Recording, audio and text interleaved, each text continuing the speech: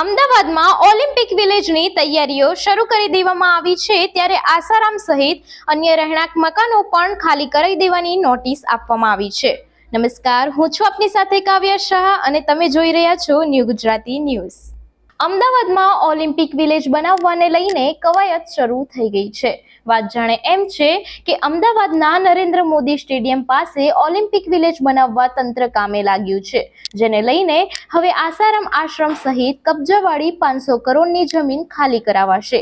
વિગતો મુજબ આસારામ આશ્રમ, સદાશિવ આશ્રમ, ભારતીય સેવા સમાજને 15,778 ચોરસ મીટર જમીન પરથી દબાણ દૂર કરવા તંત્ર દ્વારા નોટિસ અપાઈ છે। ઓલિમ્પિક વિલેજને લઈને હવે અમદાવાદનું તંત્ર હરકતમાં આવ્યું છે। વિગતો મુજબ તંત્ર દ્વારા નરેન્દ્ર મોદી સ્ટેડિયમ પાસે આશ્રમ સહિત કેટલાક રહેણાંક મકાનોને પણ જગ્યા ખાલી કરવા નોટિસ અપાઈ છે। આ સાથે શરતોને આધીન અપાયેલી જમીનમાં શરત ભંગ થતા નોટિસ અપાઈ હોવાનું પણ સામે આવ્યું છે। મહત્વનું એ છે કે ઓલિમ્પિક માટે મોટેરા બાદ કોટેશ્વરની જમીન સંપાદિત કરાશે। આવી જ નવી માહિતી અને સમાચાર જોવા માટે જોતા રહો ન્યૂ ગુજરાતી ન્યૂઝ।